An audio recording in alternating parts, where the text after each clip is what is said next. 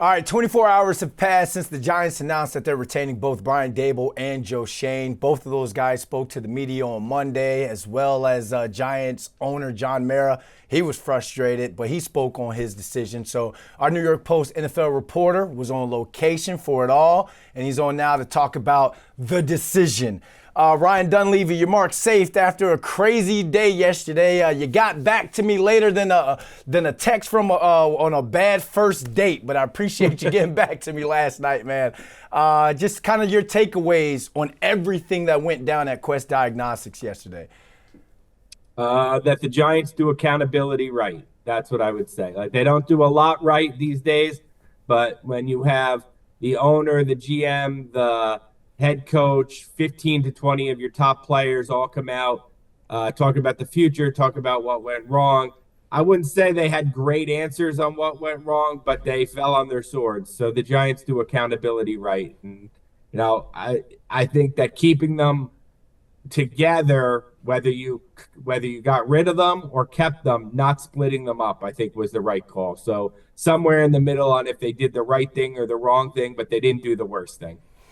A lot of the fan base, or I won't say a lot of the fan base, I guess it's like a 50-50 thing on who's upset that they were retained or who's kind of happy that continuity is going to be there. Mr. Mara kind of talked about how he's impatient. Talk to me about how you feel this decision to retain both of them is going to help the Giants in the future. Where do they go now? Hunting for a quarterback. That's the only way it's going to work. I mean, they're going to get fired next year if they don't find the right quarterback this year, whether that's a veteran who can win games, whether that's the quarterback of the future. I don't think it'll really matter to John Mara. I just think he wants a competitive team. John Mara said a lot of things out of both sides of his mouth yesterday. He's running out of patience, but he wants to bring them back. He sees good things, but he's not sure the roster's better than it was 3 years ago. So you could tell he's wrestling with the decision. And I think really the main reason the Giants are back is because the Giants don't want – the main reason Schoen and Daboll are back is because the Giants don't want to be the organization that keeps cycling through GMs and coaches. So basically they're back not because of their own credentials, but because Ben McAdoo and Pat Shurmur and Joe Judge were fired so quickly that these guys are going to reap the rewards of John just wanting to do something different. It's the old Seinfeld thing. Wake up and just try something different. So when we talk about the future and this offseason being Joe Schoen's in-season, being because he's the general manager, he's not an on-field coach, it's going to be a huge offseason for Joe Schoen. We obviously saw everything play out on Hard Knocks last year. Luckily for him, this one will kind of be more on the down low in terms of some of the backdoor deals that he makes and who he contacts. You have an article on the Post website titled "Joe Schoen Makes Important Giants Vow After Keeping His Job." Talk to us about the article and what you mean by that. I thought it was the quote of the day when he said, "No self-preservation Hail Marys." Thought it was the most important thing. As soon as John Mara said they were staying, and everybody's mind should have went to this.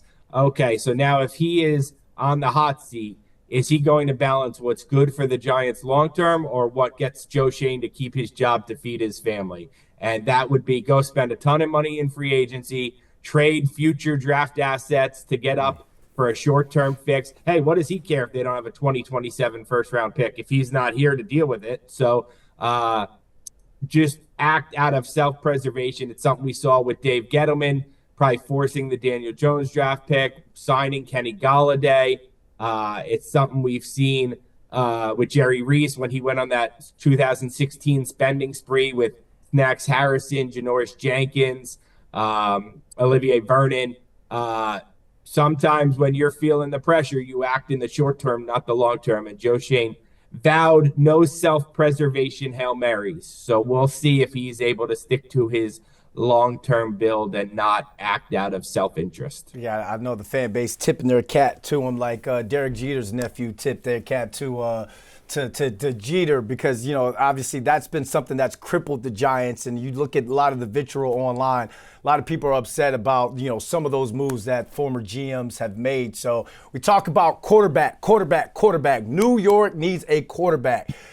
Let's say the Giants sitting at, third overall, don't get the Cam Ward or the Shador Sanders. Are there any other quarterbacks in this draft that they could maybe take in the late first round or like the second round? Yeah, they're second round caliber quarterbacks. I talked to ESPN's Matt Miller, who I think is one of the best draft analysts. I talked to a handful of scouts. He talks to dozens of scouts, and he said Jalen Milroe probably the third best one from Alabama. Then you have in that second, third round mix, you have Quinn Ewers from Texas. You have Jackson Dart from Mississippi. You have forgetting somebody. Yeah, Carson. I said Carson Beck from Georgia. Carson Beck from Georgia. Yeah. So, but they all come with their question marks. That's why they're second and third round picks, right? They're all huge question marks. The one thing I'll say is we know going back to Hard Knocks that John Mara said one of the reasons they picked Eli Manning over Ben Roethlisberger way back when is they got to see him against the best competition in the SEC. Well, all four of those quarterbacks I just named play in the SEC. So maybe the Giants will feel comfortable second or third round pick. It's certainly not as much of an investment. You could play that guy for 1 year and scrap him if you're bad next year in a first round pick, and nobody will kill you for that. But with Mr. Mara being impatient, do they have time to grab that quarterback in the second, third round? Or if that's a decision for them to do that, do they have to go out and aggressively push to go trade for some quarterback some veteran quarterback that's already out there? I think there'll be a veteran quarterback on this team and not the typical bridge journeyman, with all due respect to Jameis Winston or Jacoby Brissett or Andy Dalton, the guys you see change teams every year. I think the Giants will be looking for somebody a notch above that, whether that's Justin Fields, whether that's Kirk Cousins, whether that's Russell Wilson. I think the Giants will be looking for somebody a notch above that to pair with a rookie. All right. I look at the quarterbacks that were taken in the first round this year. Caleb Williams, he's a star in the making. Jaden Daniels, a star. Drake May, star in the making. Michael Penix Jr., J.J. McCarthy, Bo Nix. Do you see any of those quarterbacks in this draft in terms of depth? Does this draft class have that type of depth? No, the scouts I've talked to say that Shedeur and Cam Ward would be no better than the fourth quarterback in last year's draft. Some say as low as 6, 7. So, no, I don't. It doesn't have the depth, and it doesn't have the top heaviness either. It just pales in comparison. It might be better than the 2022 draft where Kenny Pickett, 20th overall, was the first quarterback drafted, but not anything compared to last year's draft. Okay, Ryan, final thoughts about Joe Schoen and Brian Daboll entering this offseason. They're lucky that they work for an owner who looks to keep people rather than fire people. They're going to get a chance here. I'm not sure that it's deserved based on their resumes, but John Mara wants continuity, and he's willing to, he's willing to take the heat if it doesn't work. They're lucky they work for somebody like that because that's not the standard in the NFL. This is the biggest offseason for the New York Football Giants since last offseason. Oh, man.